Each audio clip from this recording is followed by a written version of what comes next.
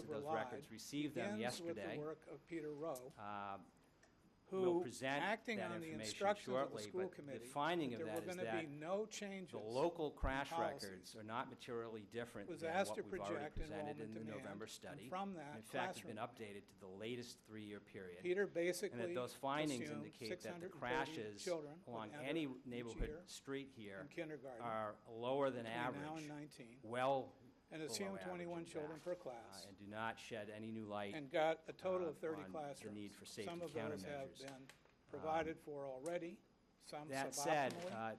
it's some a through snapshot space of that what we we've have. received from police department. This And will be currently documented leaving more us formally in a with a response demand of document. 20 But new over a 3-year classrooms period, there have been under that 14 calculation crashes on the to roads that fiscal comprise 19, Independence Drive, or South Street, 23 Russet by Road, fiscal 20. Asheville Road, Beverly So the Road, current total all of 247 roads within the area that classrooms we defined as our would study area. increase to 270 Of those total 14, classrooms. only 3 were in Tonight, some way what I would related like to a to do is to pedestrian incident suggest at or near a that there may crosswalk. be some other ways And more than half of suggest these some are possible actually crashes tools that do not occur at as intersections. to how we might They are consider a the direct problem. result of hitting car doors, and reminding us perhaps running into also trees, that extraordinary events may require leaving moving cars, extraordinary and other responses. other In this chart, which I non-pedestrian hope related you can matters. And they're not, read, though I could probably you'll see blow in the it up next if I had to. slide, they're not necessarily all Up here you concentrated see at school any one years, given beginning location. with fall of 14, This fall of graphic 15, presents 16, 17, out to information 21, for each of the 22. years, 2011, 12, and 13, And here you in a see graphical format to give you a Lawrence, sense as to where these crashes is are coming occurring based on the online in local September records of and the 15. nature of the crashes. That line runs And vertically what's through interesting here. is that if you look at the You see intersections the at Devotion Gary School Road project with or its 10 Sherman and classrooms, which Thornton, is intended to come uh, online in September you'll of see that there 18, are coming 2 through crashes here. at each over a And 3-year you see period. Driscoll, which I have arbitrarily chosen to The move out balance 1 of year crashes out of to the entire September 14 19, occur partly at based mid-block on locations that a are belief likely to that be the associated current with people opening up car schedule may doors. not be It's realistic. difficult having a but 4-lane that's an section that assumption really on my has part. parking as part of one of I'm the sorry, travel lanes. So you're going to Sergio, have you said occasions when You moved people it out to September open up car doors 19. and, I just, and things of that nature. it, They're all on the far side of the When you year look at for the reasons crash which rate okay. will, I think, become clear. analysis, right? You Okay. take those crashes and you apply them for the Then, individual study The next thing intersections would that be we to looked at. The suggest that there signal may be at some Russet Road, for tools that are instance, available to the the 2 community and primary to the school driveways committee, serving Hancock Village, which could have the Asheville Road. impacts You'll see that of reducing current 1 or 2 classroom crashes might occur demands over the course of by an entire 1 3-year period or 2 at those or locations. 3 or 4 The crash or rate more per year. calculates to be just more than 0.12, What which those is about policies are, 5 times I'm below actually average. agnostic There's about. no and I distinct don't trend here. intend this evening to Crashes be occur so much a discussion about and are which should quantifiable, be but used there's or no shouldn't be distinct used, trend and there's no but distinct rather to location simply where observe an that above from average the work crash that was done by our experience, colleagues on the schools occurs. program and special populations, we know, for These are the example, results that were that presented if materials in fee the November study. program They were showed to a be very similar changed pattern. in such And a way again, the that trip, we might crash rate respect all those is, who are well in the below system average. currently, but we would no longer admit new students Another point of beginning in discussion, kindergarten. One classroom per site year circulation, would be safe. emergency So access. here's an example of that event, Mr. one Hood classroom, indicated that 1, he'd want 2, to see the and auto each turn year it analysis. just progresses out. We'll walk through The colors are what coded we've provided to the board. to The findings connect are that we've to modeled the capital emergency projects access and that we see circulation up here. using Brookline's So largest if you were to save potential 4 response classrooms, vehicle, which is the the yellow E1 rod to indicates that it's 100-foot equivalent power truck. to It's a very the large Lawrence vehicle. expansion, which is We've currently done scheduled computer for 4 modeling, classrooms. which shows that the If it maneuvering gets to the green areas color, to and within the project site becomes equivalent to the using Driscoll 22-foot wide program, roadways which expands by 7 is classrooms. acceptable Remembering and that it's really appropriate 10, but to 3 of those accommodate classrooms that largest actually design exist. vehicle There are and 7 other vehicles that new may ones. also need to concurrently respond. And so forth. And you The- can see from your own The design for this handouts, facility is which is consistent down a little further with at the bottom of this. approved Brookline residential projects, which document. I'll walk through in a moment. And somebody can tell And me is also actually how to consistent scroll with down because it doesn't want a recently page approved down. residential Forward. projects in adjacent communities, move the cursor to the slider on the particularly far Newton right. and Needham, which are known as mutual aid communities, Left communities click and that pull it down. have the ability to share emergency response assets. For those of you who have the handouts, it's finally, easier for you to see. But you can We see what the understand assumptions are. that This there's word some, criteria might be better understood as classrooms. reluctance And or then some going concern down, on you the see that design at 4 or of more, of it's yellow, at cult- 7 or I'm more, it sorry, becomes of, green. hammerheads. At And there 11, are which is the options, sum at least of in one particular Lawrence area and to Driscoll, it make becomes adjustments blue, to the extent and so on that's down the line. desirable, something the fire department would like to work with the applicant on. Get you back up. And- Okay. and This is all being done in the context of a project in which the buildings will be sprinklered. Here is So the a nature of the program emergency which suggests that response, if you could save 2 is classrooms going annually, to and be, this one is being suggested factored against as, a sprinklered as building. being done The perhaps likelihood of by having to respond a new to system a of multiple alarm assigning event is kindergarten diminished students. as a function of A the new type of system design that's might being mean contemplated for the project. that families who arrive, So we've talked to about this the community access along after a certain Independence date, at 2 locations, don't know what one to that the date west, might be. one to the east, some have and suggested the Asheville April, connection. And some we've have suggested conducted June. auto turn analysis But it would using the give largest additional design flexibility vehicle to the available superintendent, to the town. and those children and, would be we've welcome drawn to our community Circulation and paths told we have for a each seat of for the you. But we primary don't actually know where that aisles seat and will lanes be that serve the existing until just before Hancock school Village and begins. the proposed largest If it building means in that this that case. child goes to a We've done the school same that's for the not in west their side. buffer We've and not in their identified neighborhood, which could Locations A, happen, B, and C, they would which be in every bused if case are shown to necessary have to more than that location. acceptable maneuvering area Those families to would allow also for be the full told that if maneuver they of the choose, vehicle around if to space return becomes available at the in same their time an local approaching school, vehicle they have the ability to make the would be request traveling. for So that there's transfer. sufficient width, there's And if sufficient instead they remain maneuvering happy area for where that they are, largest they vehicle. can choose to remain. Same with location B The behind that building. superintendent in his budget The message, hammerhead as you may design recall, At made a location C suggestion would for service a this parent building. center. And based on the concern analysis that the about largest vehicle has more registration than at ample the individual maneuvering area with K-8s surplus to boot. was that the quality of that that experience would allow varied for from a school to simple school, maneuver and he consistent wanted with to other ensure approved a more projects in consistent Brookline and other mutual aid presentation communities. of the Brookline schools. And the ability and to have suggested that that might another be vehicle achieved approaching through a at parent the center, same which I time without presume would be inhibiting the located ability for that here in vehicle to Town exit Hall. the site.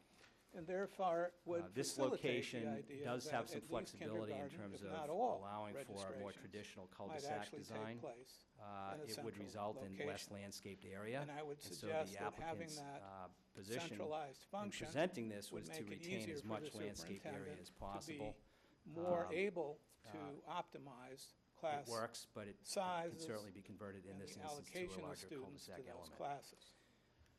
As we If look this at the scenario were Independence correct, connections that to the you could save east 2 and to classrooms, the and west I toward think Baker School, it is a we've done the reasonable same assumption. analysis. Then you simply see that On the progression east marching side, which across, shows again, going up while this is at not a 2 per year. traditional cul-de-sac element, it provides And here more you than see ample that you can maneuvering achieve area fairly without any quickly impact to parking Examples in for which that you're largest equivalent vehicle to to reverse Lawrence, direction and to have equivalent to another Driscoll, vehicle and here is follow even in equivalent an to the opposite Summer direction Place. with the ability to be bypassed. I don't think I necessarily need to And, walk you through the here's rest the of these. Hammerhead Option nearest C Baker is simply School, the right? So Baker adoption School's of over both here. those You can policies. see that the limits you that to have been 3, defined are and you in can fact run that out. probably more And than, then much there are more other than you really versions need. which I think are worth for talking about, and traditional so I will hammerhead design. try to show us You those. can have multiple large vehicles in this And these area are and still have them the have the third ability to reverse type direction to do a of T maneuver opportunity. to exit the site.